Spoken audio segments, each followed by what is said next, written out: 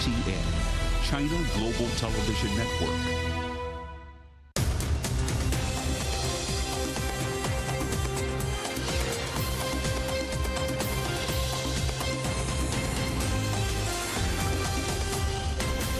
Live from London, this is The World Today. Hello, I'm Jamie Owen. Welcome to the program. Our top stories: fighting rages on in Gaza as Israel faces mounting pressure to do more to protect civilians. Aid groups say the enclave is now on the brink of collapse. Our other headlines: after decades of conflict, Armenia and Azerbaijan agreed to work towards normalizing relations and exchanging prisoners of war. Phase down or phase out, negotiations resume at the COP Climate Summit as countries work towards a final deal on coal, oil and gas. And spend less for travelling more. China announces visa incentives as it looks for an economic bounce from tourism.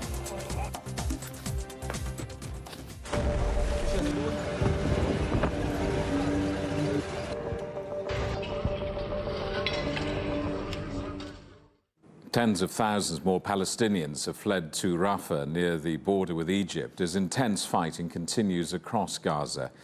The Israeli military says it hit more than 450 Hamas targets in the Palestinian enclave over the last 24 hours. International pressure to protect civilians and establish a ceasefire is intensifying, with the United Nations Security Council due to meet in the next hour. Aid organizations say the territory is now on the brink of collapse. Well, the US Secretary of State says there's a gap between Israel's stated intent to protect civilians and how the conflict has been unfolding in Gaza. In his strongest public criticism yet, Antony Blinken has urged Israel to do more to reduce the suffering of innocent civilians. It is imperative, it remains imperative, that Israel put a premium on civilian protection. And there does remain a gap between exactly what I said when I was there, the intent to protect civilians, and the actual results that we're seeing on the ground. We continue to recognize the extraordinary difficulty of this task, as Israel is dealing with a terrorist adversary that intentionally embeds itself with civilians. But again, Israel has an obligation to do everything possible to put a premium on protecting civilians and maximizing humanitarian assistance. Well, let's talk to our correspondent, Noor Harazin, in Gaza. Noor, Hamas claims to have thwarted a hostage rescue attempt in Gaza. Give us an update on the worst fighting taking place.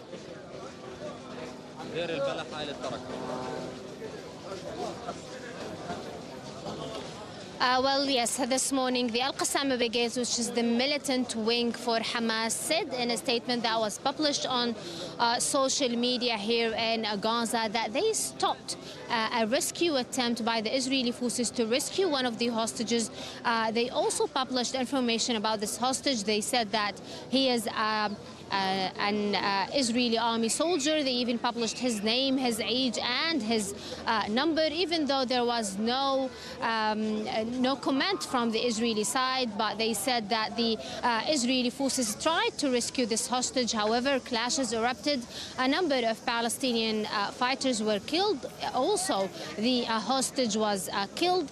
They also added that the Israeli warplanes raided the area during the attempt, and a number of people were killed, and this is from the Hamas side. This is what the Al-Qassam Brigade said. They also added in the statement that over the past 24 hours they destroyed a number, either partly or completely, a number of Israeli tanks. They also said that there was intensive clashes between the Palestinian militant fighters and the Israeli forces in different parts and on the ground here in Gaza, like in Jabalia refugee camp, in Ash-Shuja'iyya, also here in Middle Gaza between Deir al-Balah and Khan Yunis. Talking about the latest on the ground, I'm here standing inside the Shuhada al-Aqsa hospital. The Israeli warplanes continue targeting homes, residential towers here in Middle Gaza. While we are standing here, actually, we witnessed the arrival of a number of people that were killed, including children and women. And several people killed in more Israeli raids in the West Bank.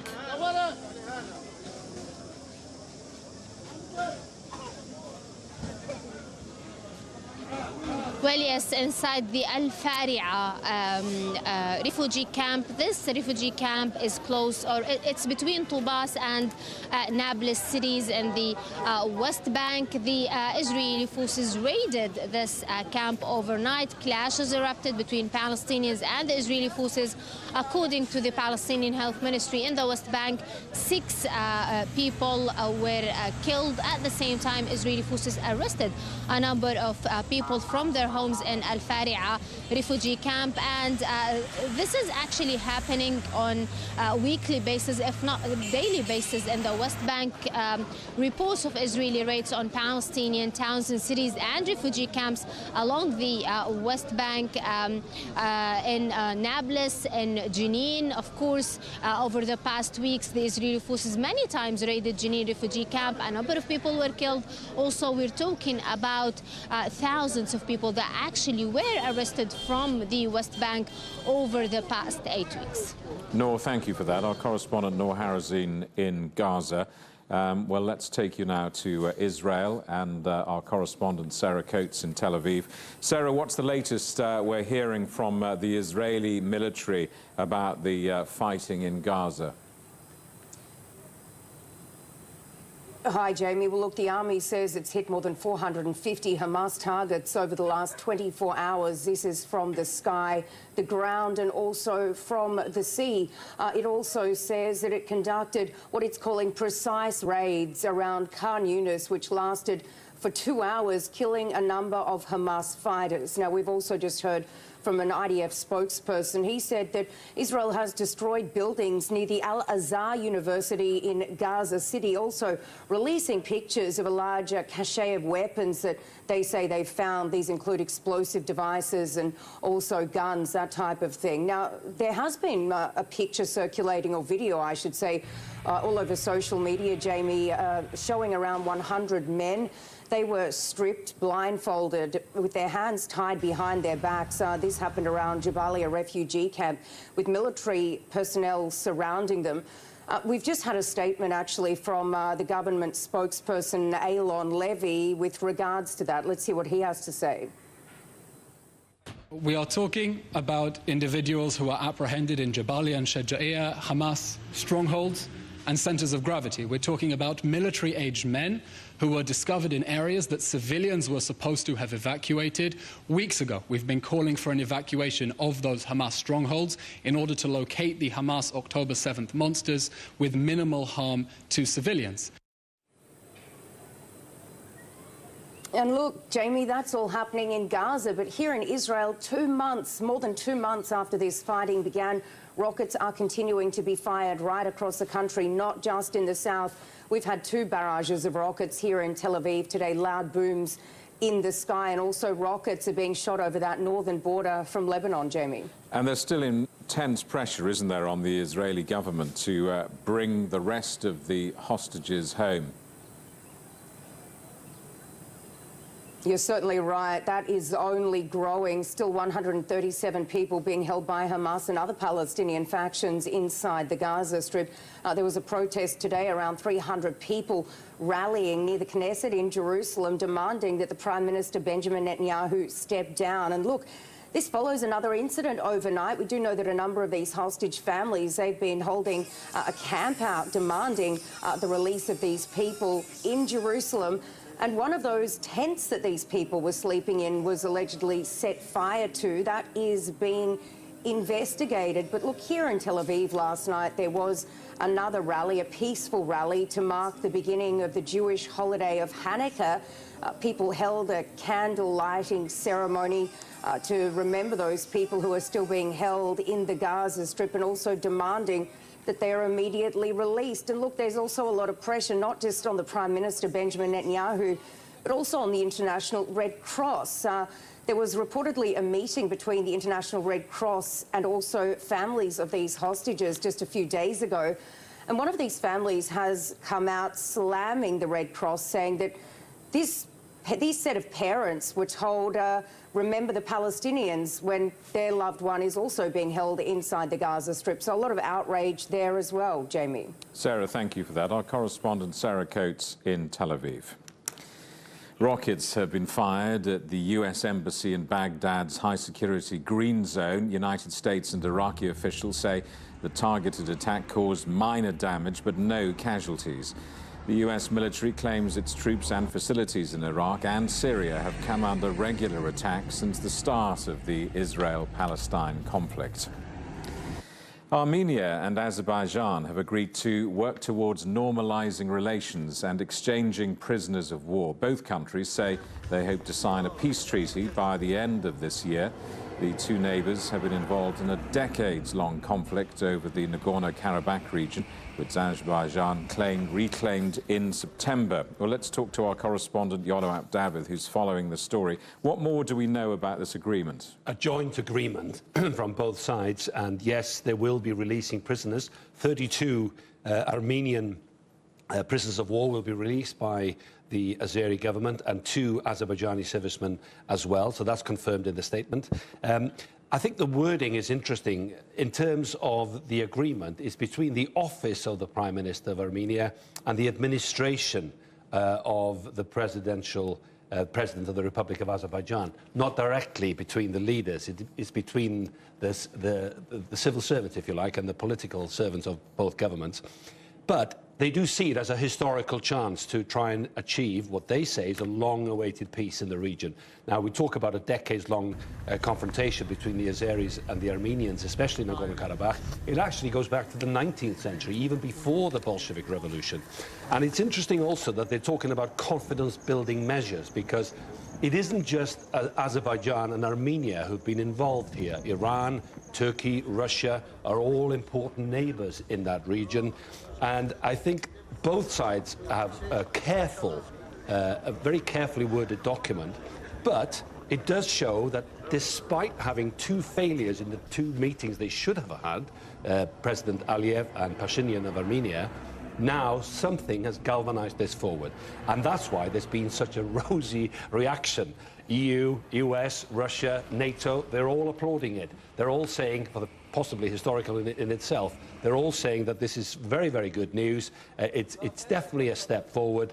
It's very, very important, including, according to Maria Zakharova from the Russian Foreign Ministry, we welcome the agreement, not just on that and the releasing of prisoners, but also that Armenia now is supporting the Republic of Azerbaijan to chair the Conference of the Parties, the next COP, COP29. So that also is indicative of how quickly things have moved. As you say, this conflict has gone on forever and forever. I mean, where does it leave people now, especially those who fled the Nagorno-Karabakh region? I think that is still an open wound for many. You know, there were around 120,000 ethnic Armenians living in this breakaway region, surrounded by Azeri territory, and actually, according to international law, it is inside Azerbaijan. That's why the Azeris always maintained that this is part of the sovereign territory of Azerbaijan. However, the majority of people in that Nagorno-Karabakh region were Armenians. There had been, since the 92-94 war, there had been, I think, both sides probably indulging in ethnic cleansing to a certain degree. And because of that, the Armenians now were in a position where they were trying to defend what they had. And suddenly, on September the 19th, and then the week, 10 days after that, a huge displacement of Armenians. They decided, most of them decided to leave voluntary. So you're talking about 100,000 people who left their homes, their businesses, and they left. Most of them went into Armenia and Yerevan. That is causing a problem, a political problem, an economic problem in Armenia for Prime Minister Pashinyan. And there's lots of work, obviously, to do in terms of the economy and the political structures around this. And also, because it seemed to be a successful attack by the Azeris, you know, armed by Turkey in one way, also Israeli weapons were used there, Russia was otherwise engaged in Ukraine, and suddenly the upper hand is taken by the Azeris. And now, because of that, there will be an election as well, a presidential election in February in Azerbaijan. I think President Aliyev is riding the crest of a wave there, but at least it's a substantial and significant move. Yolo, thank you for that. Our correspondent, Yolo Abdavid. You're watching CGTN. Still ahead, the future of farming and food when the land is increasingly dry. Hungary's efforts to stop the countryside turning into desert.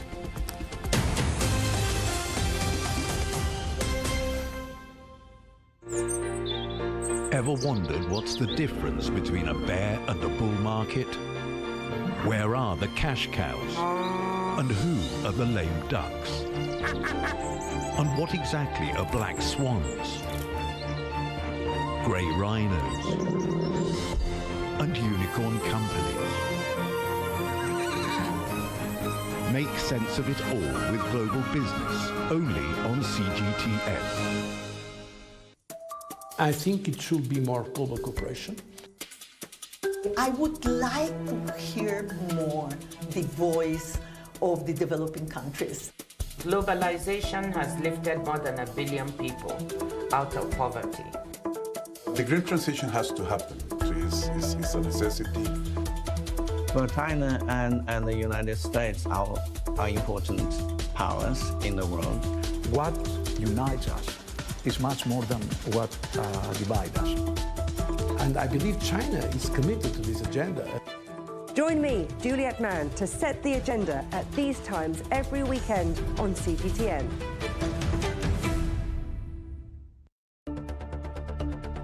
Events have consequences. Words create impact. One more offensive in a long line of battles that's been ongoing for more. Just got to be careful here with some gunshots. Excuse us. The world today matters for your world tomorrow. The number of casualties is growing quickly. Why, this is one of the hardest hit towns in the region. The world today, every day on CGTN.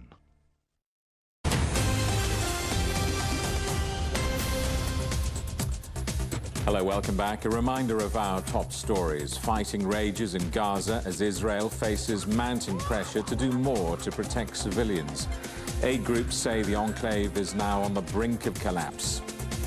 Our other headlines: after decades of conflict, Armenia and Azerbaijan agreed to work towards normalizing relations and exchanging prisoners of war.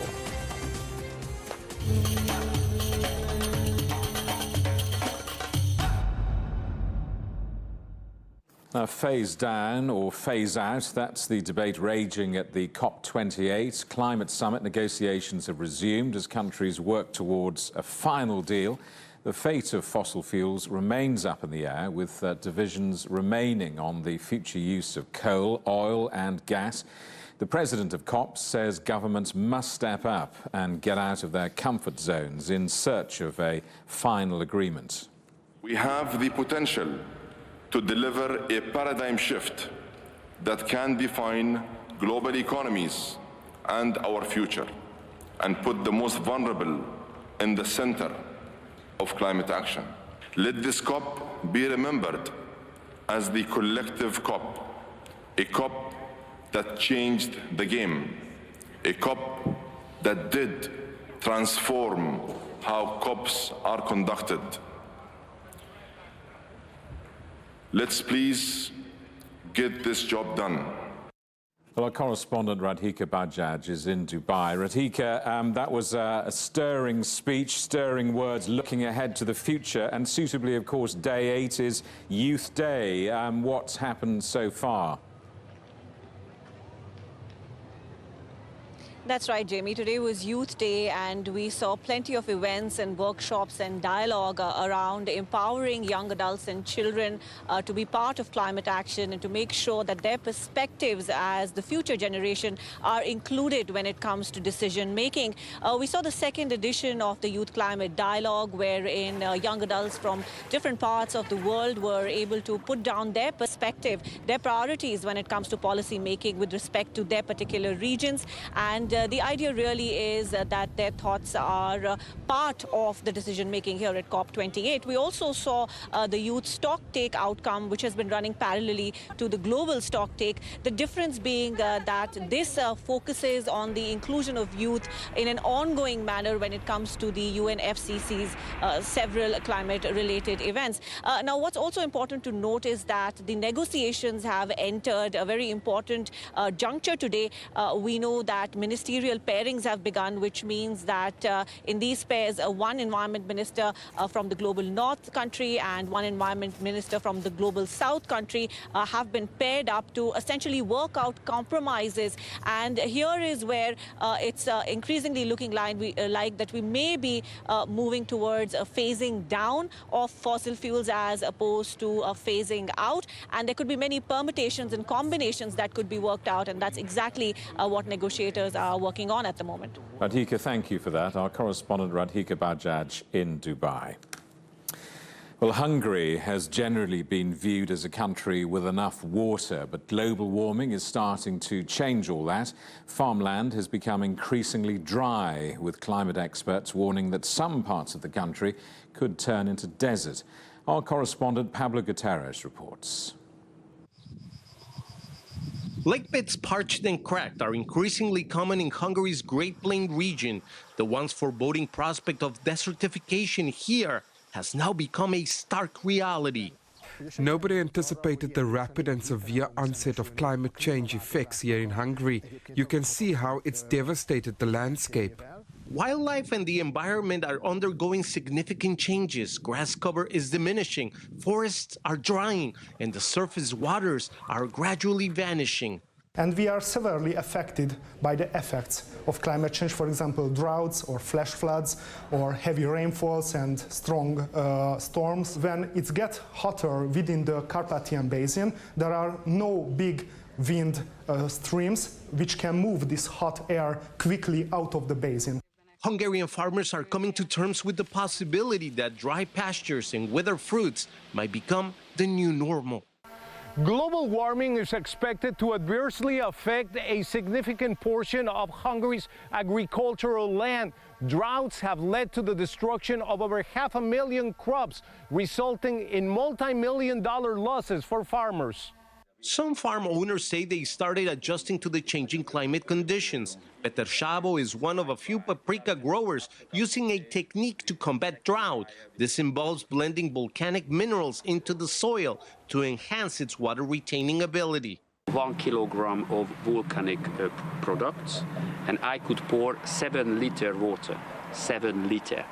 And that volcanic water is getting just bigger, so the volcanic material can keep the water inside for 8 or 10 days and the plant still growing. For some farmers, the situation has reached a critical point. Zoltán Kulcsár often travels to Budapest with his livestock to raise awareness outside of Hungary's government buildings. He says the intense summer heat and prolonged drought transform farmland into barren dunes. We require effective water resource management and improved land management practices to minimize our environmental impact. The Hungarian government plans to increase irrigation system coverage from the existing 90,000 to 300,000 hectares by 2030. However, this will only account to 7.2% of the country's total farmland, which amounts to 4.1 million hectares. The alarming scenes we're witnessing now might just be a preview of what lies ahead for Hungary. Pablo Gutierrez, CGTN, Budapest. China is cutting more visa fees. Costs are to fall by 25% for travellers from several countries, including Thailand, Japan, Mexico, Vietnam and the Philippines. The reductions will start next week and run to the end of 2024. It's the latest measure from Beijing to try to boost tourism in a bid to boost the economy. The United States says it'll carry out flight patrols with Guyana as border tensions grow with Venezuela. A long-running dispute over the oil-rich Essequibo region escalated over the weekend when voters in Venezuela backed plans to declare it part of the country. The UK has called on Venezuela to stop unilateral action.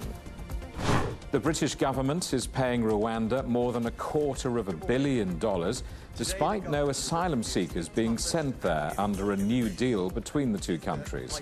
Details have emerged of a previously unknown payment in April and another to be paid next year. Critics say it's unclear what this extra money is for and that the costs of the scheme outweigh the benefits. The UK government has promised to deter illegal migration, but has faced a series of legal defeats over the Rwanda plan. Hunter Biden has been indicted on 9 tax charges in California as an investigation to his business dealings intensifies. The new charges, 3 felonies and 6 misdemeanors, come in addition to federal firearms charges in Delaware, alleging the president's son broke a law against drug users having guns. He'd previously been expected to plead guilty to misdemeanor tax charges as part of a plea deal. Defense attorneys have signaled they plan to fight any new charges. Well, the end credits are rolling on what's been a rather long-running drama. It was the longest strike in Hollywood history, but now the months-long labor dispute is officially over. A deal between the U.S. Union of Actors and major film studios has been ratified, with nearly 80% of SAG-AFTRA members voting in favor. Our correspondent Adiz Tianshan reports. Actors in Hollywood have formally ended 6 months of labor unrest in the entertainment industry. Members of the SAG-AFTRA union voted overwhelmingly on Tuesday in favor of a new 3-year contract. I think having almost an 80% yes vote with almost a 40% turnout for our members, that's really unprecedented for any kind of contract where it's not just a unanimous chorus of yeses. The vote brings an end to the 118-day walkout by actors and other performers, which followed a separate writers' strike earlier this year. Union leaders are confident the gains made in their agreement made it worth the trouble.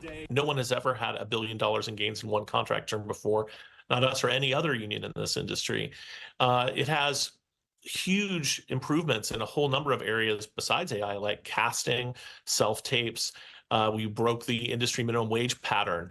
We established the streaming bonus fund for the first time. So many things that our members said they wanted and needed are addressed in this contract. The contract is not without issues, as some members would have liked to have seen stronger protections against the use of artificial intelligence. And the reality is, there are members who've spoken out a lot over the last 3 weeks about their concerns, primarily about artificial intelligence. I'm very mindful of, and I consider their concerns legitimate. I think those concerns are mostly directed at the question of trying to just stop AI or ban AI or block AI, which from a strategic point of view, I don't agree that that's feasible or practical. The vote marks the ramping up of filming on Hollywood sets once again, but the full recovery of the movie industry is expected to take months, as the prolonged production shutdown took out thousands of jobs in the entertainment industry. It is Tianshan, CGTN, Hollywood. In 1 year, Paris's Notre Dame Cathedral is due to reopen after that devastating fire. The milestone was marked by a visit from French President Emmanuel Macron to the reconstruction site. Fire ravaged the world-famous landmark in 2019, burning through the cathedral's roof and spire. The headlines again. Fighting rages in Gaza as Israel faces mounting pressure to do more to protect civilians. Aid groups say the enclave is now on the brink of collapse. Our other headlines: after decades of conflict, Armenia and Azerbaijan agreed to work towards normalizing relations and exchanging prisoners of war. And negotiations resume at the COP28 climate summit as countries work towards a final deal on the future of coal, oil and gas. That is the world today. Thank you for watching. We're back with more news at the top of this hour. Coming up next, it's World Insight. For now, from all of the team in London, it's goodbye.